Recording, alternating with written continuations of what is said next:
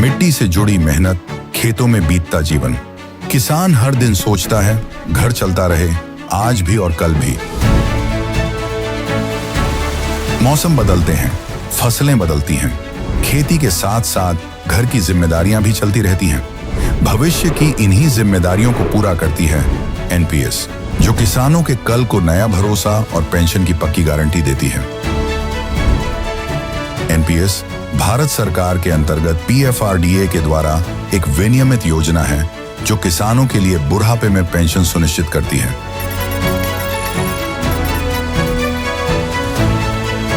NPS खाता खोलने के लिए अपने नजदीकी सीएससी से संपर्क करें या 1800-1107-08 पर कॉल करें। पेंशन की पक्की गारंटी के लिए एनपीएस जरूरी है।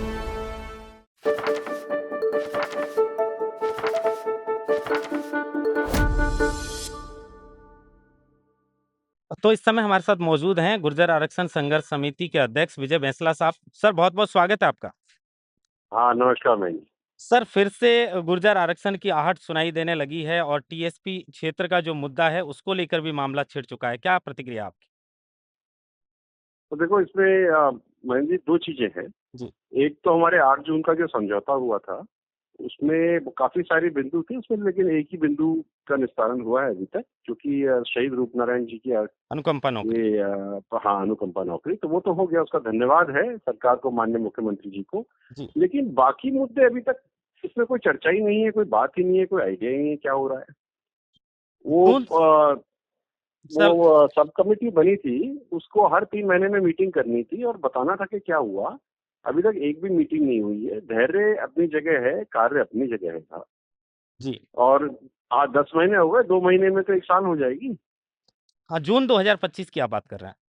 हाँ, और अब 2 महीने में, अभी कौन से महीने में बैठे अपन, मार्च, अप्रैल, मई, जून, बिल्कुल तीसरे महीने में तो आ ही जाएगा। जी। तो मुझे ये समझ में नहीं आता कि पूरी साल लग गई एक मीटिंग करने में और हमें अभी तक पता ही नहीं कि हमारे केस कितने वापस हुए। जी बिल्कुल। जब लोकसभा इलेक्शंस हुए थे तो दौसा के दैनिक भास्कर में, अखबार में आया था बहुत क्लियरली कि 42 केस वापस हो गए। सबने वाहवाही लूटी थी। जी। लेकिन अब हम जाके पूछते हैं वो 42 केसों की एफआईआर नंबर बताओ, तो कोई भी नहीं बताता, बोलता पता ही नहीं हमें कहाँ है, कौन से हैं। जी। और हमने जब पांचोली की मीटिंग हुई तो हमने होम डिपार्टमेंट में पूछा था कि कितने केस वापस हो गए, तो उन्होंने वो ढाक के 3-5 बताया था। जो शुरुआत में चार केस आज से 2 साल पहले, वही अभी हैं। तो अभी हमें तो पता ही नहीं कि कितने केस वापस हुए। तो ये तो विडंबना वाली स्थिति है ना साहब। जी बिल्कुल। तो बैंसला साहब, ये 2 मुद्दे हैं, एक नवी अनुसूची का मामला है, एक वो लंबित मांगों का है और एक हाँ, मैं टीएसपी। वहीं आ रहा हूँ। जी। अब बात ये हुई थी, चिट्ठी में भी साइंड अप है और सबका समझौता भी था कि कैबिनेट से अप्रूव करा करके नवी अनुसूची की चिट्ठी भेजी जाएगी। जी। अब कैबिनेट की मीटिंग तो काफी सारी हो गई, लेकिन चिट्ठी एक भी नहीं गई। जी। तो मुझे समझ में नहीं आ रहा, मतलब क्या हो रहा है। जी बिल्कुल। It's very very very serious matter actually, because इसमें तो पूरा शासन प्रशासन था। तो तो फिर आपने क्या जी, एक निर्धारित समय दिया है, अल्टीमेटम दिया है 23 मई का। वो 23 हमारा तो शहीद दिवस, हमारे शहीद हुए थे, जी तो आपको पता ही होगा, सबको पता ही है। बिल्कुल सर। तो मई के महीने में शहीद दिवस होता है। तो 30 मई के आसपास हम लोग कुशाली दर्रा जाएंगे। वहां पर जनरल साहब की और 2 हमारे शहीद हैं, उनकी जमीन के ऊपर एक वो बना हुआ है प्लेटफॉर्म, जिस पर हम हर साल हवन करते हैं। तो इस बार हम जाकर के वहाँ मूर्ति लगाएंगे। वो तो होगा, समाज का निर्णय है ये। हमने बहुत कह लिया, निवेदन कर लिया समाज में सबको, लेकिन मुझे समझ में नहीं आता चाह क्या रहे हैं। विधायक महोदय वहां से बार बार कहते हैं कि हम 3 महीने में लगा देंगे, 4 महीने में लगा देंगे। अनफॉर्चुनेट है, इलेक्शन के टाइम में सबको याद आती है, इलेक्शन के बाद सब भूल जाते हैं कि समाज भी नाम की कोई चीज है। ये पीड़ादायक है और ऐसा लग रहा है कि अब समाज को चीजें अपने हाथ में लेनी पड़ेंगी। जी बिल्कुल, देखिए मैंने 2008 का वो आंदोलन मेरी आँखों से देखा था। मैं वहाँ सिकंदरा मौजूद था, पिताजी थे, जी कर्नल साहब थे और वो लड़ाई हमने जी लंबी लड़ाई एक लड़ी है समाज ने। मैं ये कहना चाहता जी। हूँ कि 25 ये 23 मई का एक अल्टीमेटम जिस पे आप कह रहे हैं, थोड़ा दर्शकों को ये बताइए कि कौन-कौन सी मुख्य माँगे हैं? सवाल ये भी है कि जब जून महीने में समझौता हुआ था, उसके बाद सब कमेटी गठित की गई थी। सब कमेटी जब 5 दिन का 8 दिन का समय बच रहा था, तो आपने एक्स पर पोस्ट भी उसको लेकर किया था कि समय अब कुछ समय बचा है और हमारी लंबित माँगों पर कोई विचार नहीं। तो क्या समय-समय पर आपने सब कमेटी से भी बातचीत करने की कोशिश की? देखो साहब, ऐसा है, हमने तो सबसे बात कर ली, जी। ठीक है, सबसे चर्चा कर ली, कार्य नहीं हो रहा, तो मेरा तो आपसे निवेदन है कि सब कमेटी के जो अध्यक्ष हैं, आप उनसे भी तो पूछें बिल्कुल सर, कि क्यों पूछेंगे नहीं कर ज़रूर। रहे। जी, बिल्कुल। उनसे पूछिएगा। देखो क्या है, बहुत आसान है हमें फोन लगाना, जी, महेंद्र जी, और हमसे जी, पूछना क्यों नहीं हो रहा। जी, बिल्कुल। लेकिन जो नहीं कर रहा वही तो बता पाएगा कि क्यों नहीं कर रहा। मैं मैं कैसे सिर्फ़ बता पूछ पाऊंगा, रहा मैं तो हूँ कि उसके क्या मस्तिष्क में जीता बातचीत हुई नहीं। है? मैं सिर्फ़ ये पूछ रहा हूँ हाँ, सर हमारी कि हमारी रेगुलरली बात होती है, लेकिन काम नहीं हो रहे साहब, बिल्कुल, बिल्कुल। है ना।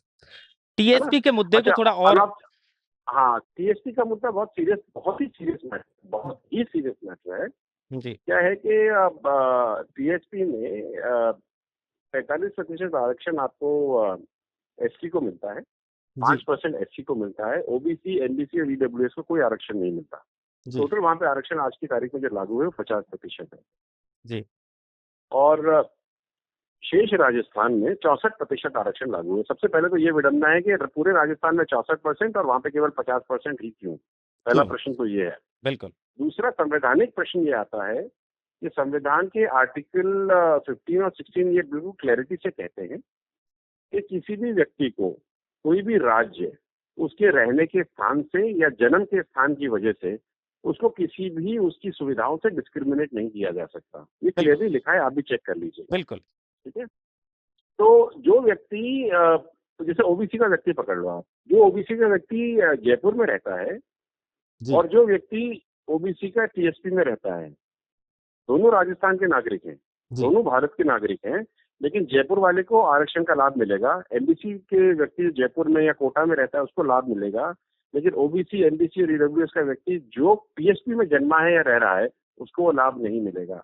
ये मेरे हिसाब से जितना मेरे को समझ है, और मेरे ख्याल से मेरे को ठीक ठीक ही समझ है, ये संविधान का क्लियर उल्लंघन है। और जिस चीज के लिए आर्टिकल 15 और 16 बनाया गया है कि किसी के साथ भेदभाव ना हो, हम लोग जानबूझ करके समझते हुए भी भेदभाव कर कर रहे रहे हैं। हैं। ये बिल्कुल, गलत है, ये गलत है। देखिए, संविधान हर एक व्यक्ति को, आज हम नागरिक है, राजस्थान के हों चाहे भारत के मान लो, हम भारत के नागरिक संविधान के आधार पर ही तो हैं। जी सर, संविधान तो हमको नागरिकता देता है, बिल्कुल, और जब संविधान हमें नागरिकता देता है तो संविधान हमें वोटिंग राइट्स भी देता है, और ये भी कहता है कि आपको एक वोटर कार्ड मिलेगा। जी, करेक्ट। तो जब जो टीएसपी का ओबीसी, एनबीसी और ईडब्ल्यूएस का व्यक्ति है, संविधान उसको भी टीएसपी क्षेत्र में वोटिंग का राइट देता है, और उसको नागरिकता का राइट देता है, और वोटर कार्ड देता है। जी, तो एक तरफ आप हमको नागरिक भी मानते हैं, और दूसरी तरफ इन लोगों के साथ आप भेदभाव कर रहे हैं। ये बिल्कुल क्लियर भेदभाव है साहब, जी, ये जी, संविधान का उल्लंघन है। मेरा तो हो सकता है कि ये बात किसी के ध्यान में, जहन में नहीं आई हो अभी तक, हो सकता है, हम सब इंसान ही हैं, जी, छूट जाता है, लेकिन अब समझ में आ गया तो मेरे ख्याल से इसको ठीक कर देना चाहिए। बिल्कुल। तो ये इनकी क्या गलती है? बिल्कुल, देखो, एक एक चीज समझिए महेंद्र जी, मैं आपको एक छोटा सा निवेदन करूं। मैं चिट्ठी में भी मैंने लिखा था कि ना तो कोई पेड़ पिछड़ा होता है, ना पत्थर पिछड़ा होता है, पिछड़े होते हैं उस क्षेत्र के लोग।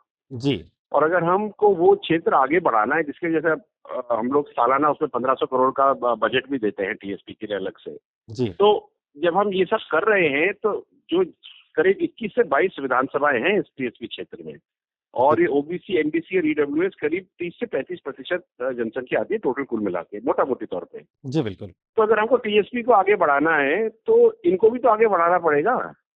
बिल्कुल, ये सब एक ही गांव में तो रहते हैं। जी, औसतन एक व्यक्ति के पास जो 1 बीघा जमीन है 12 से 15 हजार रुपए सालाना कमाता है, मतलब महीने के 1200 रुपए का खर्चा। जी, 1200 रुपए में तो जयपुर में रहने वाले आदमी की तो आधी शर्ट आती है साहब, या आधी जीन्स आती है, जी, जी, और उतने में वो व्यक्ति अपने पूरे महीने का अपना अपना खुद का, अपने बच्चों का, और कोई साल में शादी ब्याह हो तो उसके भात का खर्चा भी वह करता है। कितना पिछड़ा होगा वो व्यक्ति, आप विचार करिए। बिल्कुल और सर। हम उसको कह रहे हैं कि नहीं, अब हम उसको कह रहे हैं कि जिसकी महीने की आय 1000 रुपए है या 1200 रुपए है, उसको हम कह रहे हैं कि तुम पिछड़े नहीं हो साहब, तुमको आरक्षण का फायदा नहीं मिलेगा। लेकिन जयपुर में जो व्यक्ति स्कूटर चला रहा है जी, उसको आरक्षण का फायदा मिलेगा। ये तो प्योर डिस्पैरिटी है ना। जी, बिल्कुल। हमने पता नहीं जो भी कारण रहा हो, भूलवश हुआ हो या जो भी हुआ हो, लेकिन हमने राजस्थान में 2 किस्म के नागरिक बना दिए। जी, एक जो आरक्षण और जिसको फंडामेंटल राइट्स के पूरे फायदे मिलते हैं, और एक जो है जो अपने कॉन्स्टिट्यूशनल राइट से वंचित है। जी, बिल्कुल। ये घोर विडंबना है, अनकॉन्स्टिट्यूशनल है, और हमें इसको जितना जल्दी हो सके हमें इसका सोल्यूशन निकाल करके जो त्रुटि है उसको हमको सही करना चाहिए। ये मेरा मानना है, इसीलिए मैंने माननीय मुख्यमंत्री जी को निवेदन भी किया है, क्योंकि वो कर पाएंगे इसको। वो बहुत संवेदनशील हैं, रूरल बैकग्राउंड से आते हैं, वो लोगों की पीड़ा समझते हैं। जी, बिल्कुल। तो अब जी। 23 मई तक का इंतजार है? नहीं, कुछ 23 मई को तो हमारे शहीद दिवस दिवस है। शुरू होंगे, तो हम लोग सबसे मिलेंगे, सबसे चर्चा करेंगे, क्या करना है क्या नहीं करना वो भी करेंगे।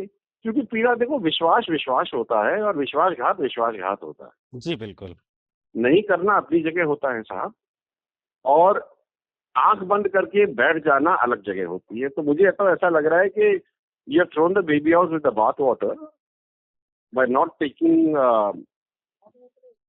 coherence on this issue. But I believe that the community is relatively educated now and they can see what is happening. जी, जी, I think it is high time. तो बिल्कुल ये थे गुर्जर आरक्षण संघर्ष समिति के अध्यक्ष विजय जी बैंसला, टीएसपी क्षेत्र में हो रहे भेदभाव को लेकर और गुर्जर आरक्षण की जो लंबित मांग है, जिनको लेकर जून 2025 के अंदर समझौता हुआ था, वो मांगे भी आज तक लंबित हैं। आगे इससे जुड़ी जो भी खबरें आएंगी लगातार हम आपको लोकमत हिंदी के माध्यम से दिखाते रहेंगे। जी, बताइए। टीएसपी में भेदभाव नहीं है, वो कॉन्स्टिट्यूशन की अवमानना हो रही है। बहुत फर्क है दोनों शब्दों में। जी, बिल्कुल। आप इस चीज की गहनता समझिए। कॉन्स्टिट्यूशन हमारा सर्वोपरि है। हम कॉन्स्टिट्यूशन को देख करके अपना जीवन यापन करते हैं। उसके हर एक मापदंड पे हमारी जिंदगी बसती है भारत में। हम नागरिक हैं भारत के। जी, बिल्कुल। और अगर उसी कॉन्स्टिट्यूशन की एक क्षेत्र में जो बहुत पिछड़ा है, उसमें आधे लोग तो वहां रहते हैं, उनको तो ये भी नहीं पता कि वो कॉन्स्टिट्यूशन नाम की कोई चीज होती है जो 1000 रुपए में बैठता है। बिल्कुल नहीं पता, बिल्कुल सहमत हूं मैं। आप समझिए ना, जिम्मेदारी हमारी है। जो लोकसभा में बैठते हैं, जो विधानसभा में बैठते हैं, मेरा एक निवेदन और है कि जितने भी सांसद महोदय हैं उनको तो कॉन्स्टिट्यूशन का ज्ञान है। जी, बिल्कुल। वो इस चीज की सीरियसनेस को समझें। जब हम लोकसभा में बैठ करके लॉज पारित करते हैं, जुडिशरी, एग्जीक्यूटिव और लेजिस्लेचर के ऑर्डर्स और पॉलिसीज बनाते हैं, वो कॉन्स्टिट्यूशन बेस्ड ही होते हैं ना। जी, तो बिल्कुल। हमारे अपने क्षेत्र में हम कॉन्स्टिट्यूशन की अवमानना कैसे होने दे सकते हैं? बिल्कुल नहीं होनी। इम्पॉसिबल है। बिल्कुल।